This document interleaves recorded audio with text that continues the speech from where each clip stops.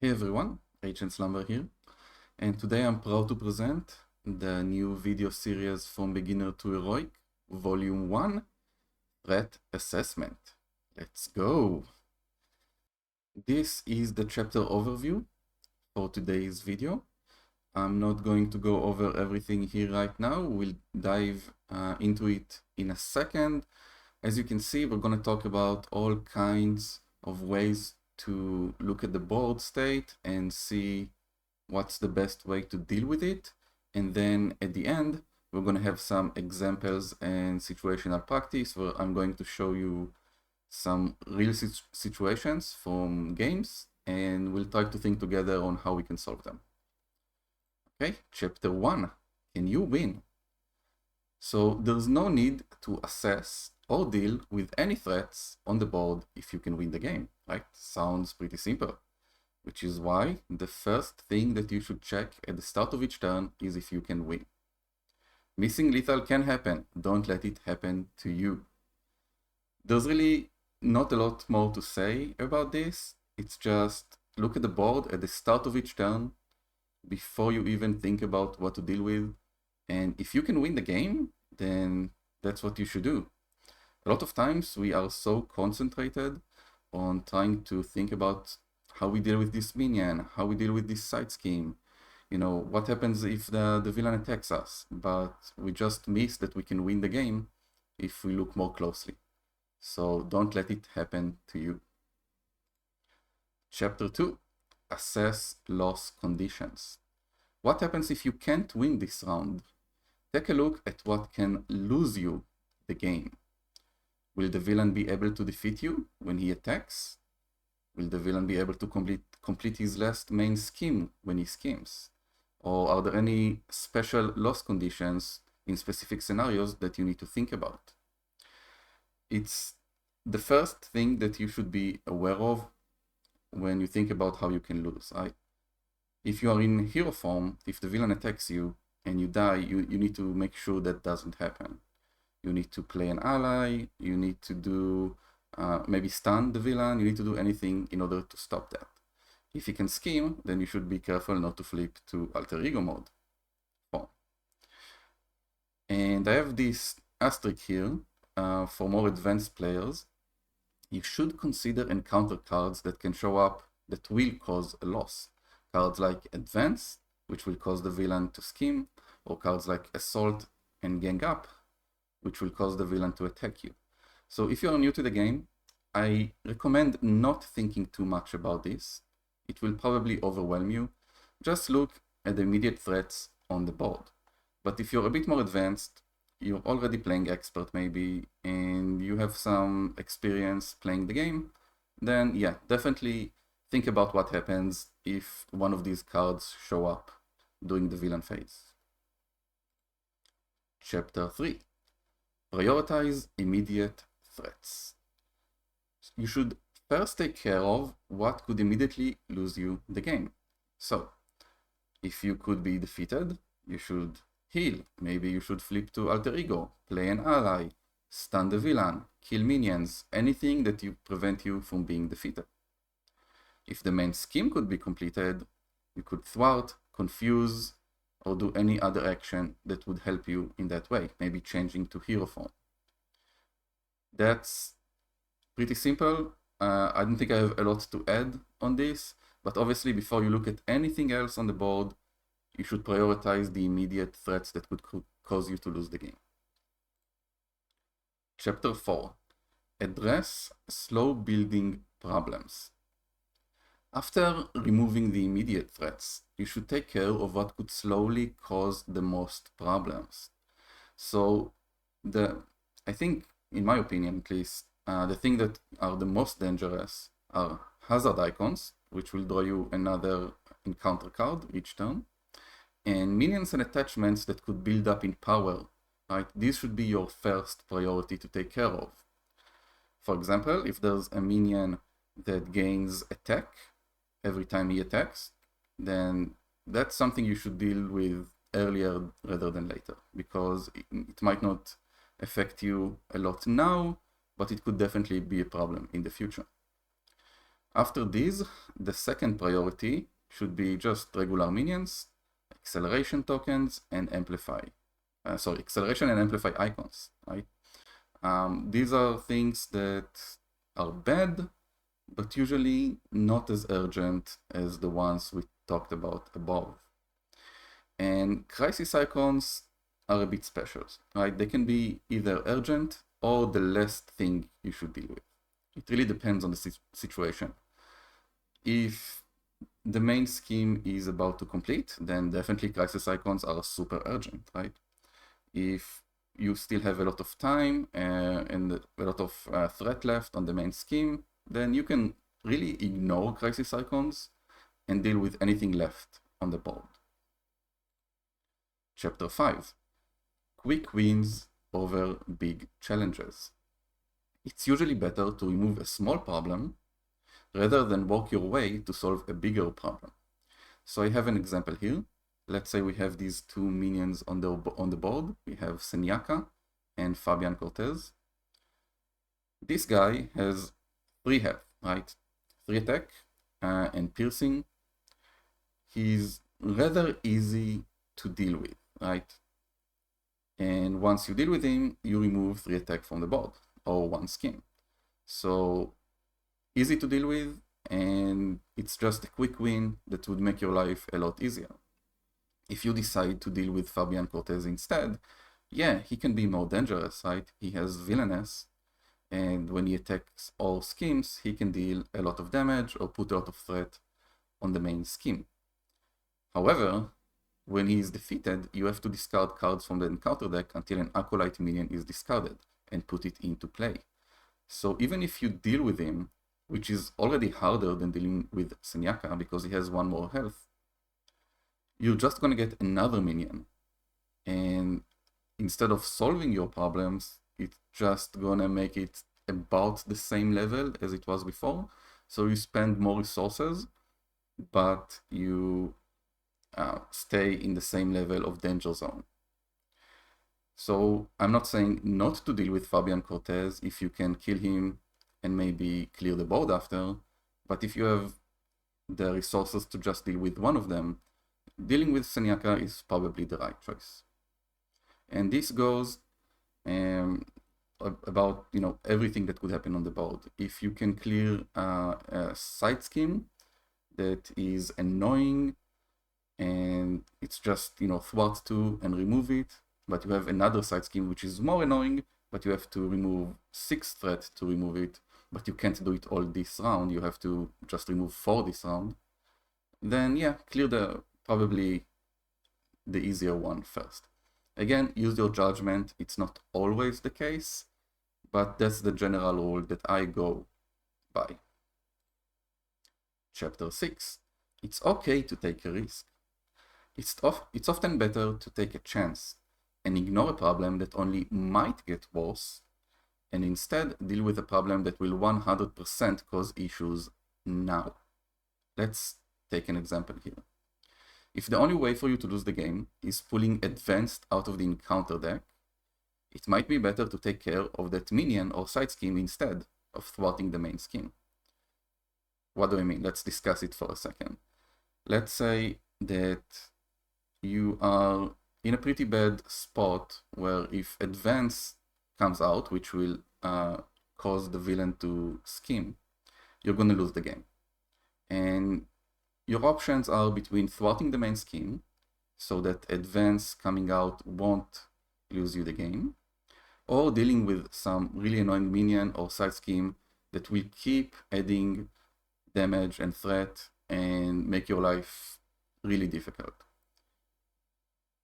Use your judgment again, but a lot of times it's better to take a chance and maybe take that 1 out of 20 chance that Advance comes out during the encounter phase, and just don't think about it, ignore it, and deal with that annoying minion or that side scheme. Because if you just keep thinking about all the options that could cause you to lose, but has a very minor chance to happen, and you just ignore the real problems that are on the board now, you're just slowly going to lose. Which will bring us to our next chapter. Chapter 7. Go for the win in dire situations. If the game seems to be getting worse and worse every round, and you see no way out, is the board out of control? Consider going for the win. Your chances to win might be higher taking a chance on winning next round, or next 2 rounds, than trying to solve problems that will slowly reduce your winning chances every round. What do I mean? Let's say the board is in a really bad place. There are 3 side schemes that cause problems. There are 2 minions that are laying damage on you. And if you just try to deal with all of it, you can only deal with a small part of it. And it's only going to get worse and worse because the villain attacks every round and the villain gets more encounter rounds every round. And really, your chances of winning are becoming smaller each round that passes because you're already in such a bad place. A lot of times, it's just better and increases your chances of winning by ignoring all of the problems and going for the win. Just try to kill the villain. Now, it's not always possible, and yes, there's a chance that if a specific encounter card comes out, you might just lose the game. Might even be a lot of encounter cards that come out that will lose you the game. Maybe like 50% that you lose next round if you just go for the win. But that's still 50% chance to win, right? It might be a lot better than 10% chance to win if you just try to solve problems that you have no way of solving. So yeah, if the situation is dire, go for the win. Just go for it. Obviously, only if you can win. You know, if it's still phase 1 of the villain and you have 40 damage you need to go through, it's not going to happen. You probably lost. But if the villain has, I don't know, 20 HP left in his final phase, and you can deal 10 now and 10 next round, yeah, go for the win, for sure. Now we are going to go over some examples and do some situational practice. Stay with me. Let's take a look at example number 1. We have this game set up here. This was an actual game that I played, but I just recreated some of the moments from inside the game, and we'll take a look at them. So we have Magic playing against expert Mr. Sinister. This is towards the end of the game, where it's already stage 3 of the villain, so he has 20 HP left. And if you don't know Magic, she always plays with the top card of her deck up, so we can play it. It costs 1 less. We can do it once per round. And then we have our hand of cards here: Utopia, X-Jet, Sorcerer Supreme, The Crown, and Hope Summers. If you don't know this scenario, if Hope Summers die, we lose the game. And Mr. Sinister has this special superpower. It's randomized. We got telepathy. He gains Psionic and Retaliate 1.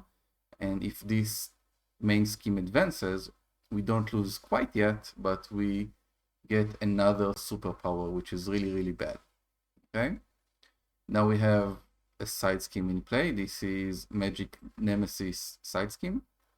And it basically steals one of our best cards.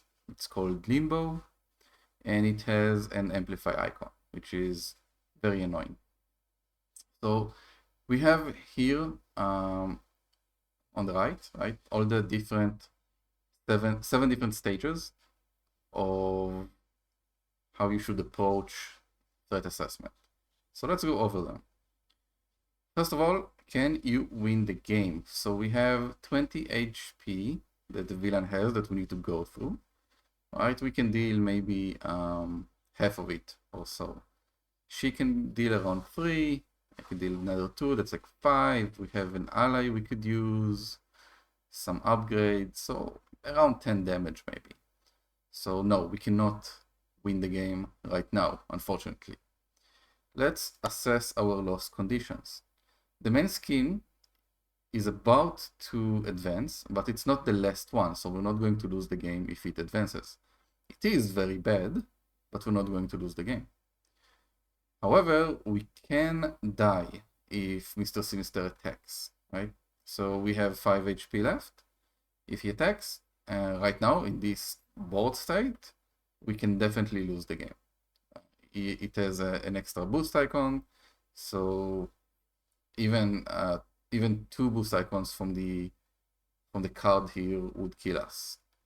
We can't block with Hope Summers, because if she dies, we lose the game, and she already has 2 damage on her. She has 4 health or 5 health with this upgrade, so she can definitely die. So this is the main thing we need to worry about for now. Let's go to step 3, which is prioritize immediate threats. So we recognize the immediate threat, which is Mr. Sinister killing us when he activates. So we need to prioritize dealing with that. What can we do? One option would be to go to alter ego mode, right? And we can even heal. Another option would be to play one of our allies and block with it. Ideally, stun would be really good, but we don't have a way to stun right now. We have this, which can confuse, which is really nice. And yeah, that's pretty much what we can do. So we can do one of those. Let's say we decide to play, Cosmo, and maybe discard attack training, so we can play this energy spear on Cosmo, so he can attack as well. And yeah, maybe we can attack and block with him later, whatever. I'm not trying to do the optimal play here, just go over the different steps and explain my thought process. Okay, so now that we've dealt with the immediate threat, right, which would be Mr. Sinister attacking us and killing us, which we don't want to happen, let's see if we can address any slow building problems. We don't really have a slow building problem on the board, nothing that really pops out. There are 2 very annoying problems, which is this Ruler of Limbo side scheme, which steals our Limbo card, which is really bad. And this main scheme, which is about to advance and put one of these nasty superpowers into play. So I would say, in my opinion, this is the one we need to worry about. Not having Limbo, yeah, it's bad. The Amplify icon is bad, but getting another superpower and getting one stage closer to the last main scheme, which if it completes, we lose the game, is probably the thing we need to worry about the most right now.